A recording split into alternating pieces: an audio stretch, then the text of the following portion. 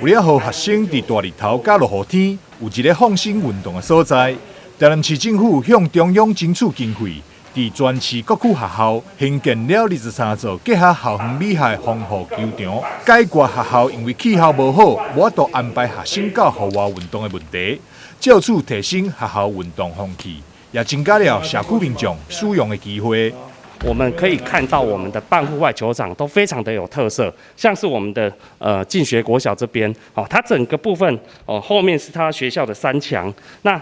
整个造型的部分，屋顶的造型是一个用拱形的，然后有一点拱形的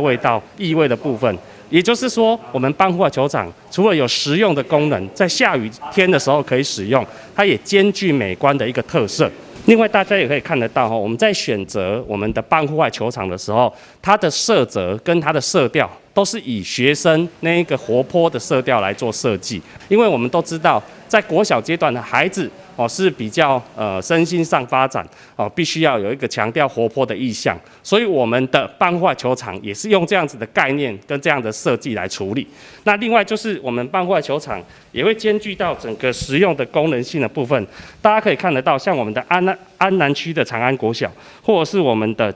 学甲区的中州国小，它都一定会考虑到整个使用上，有时候是以篮球场为主，有时候呢，它也会作为整个多功能球场的应用。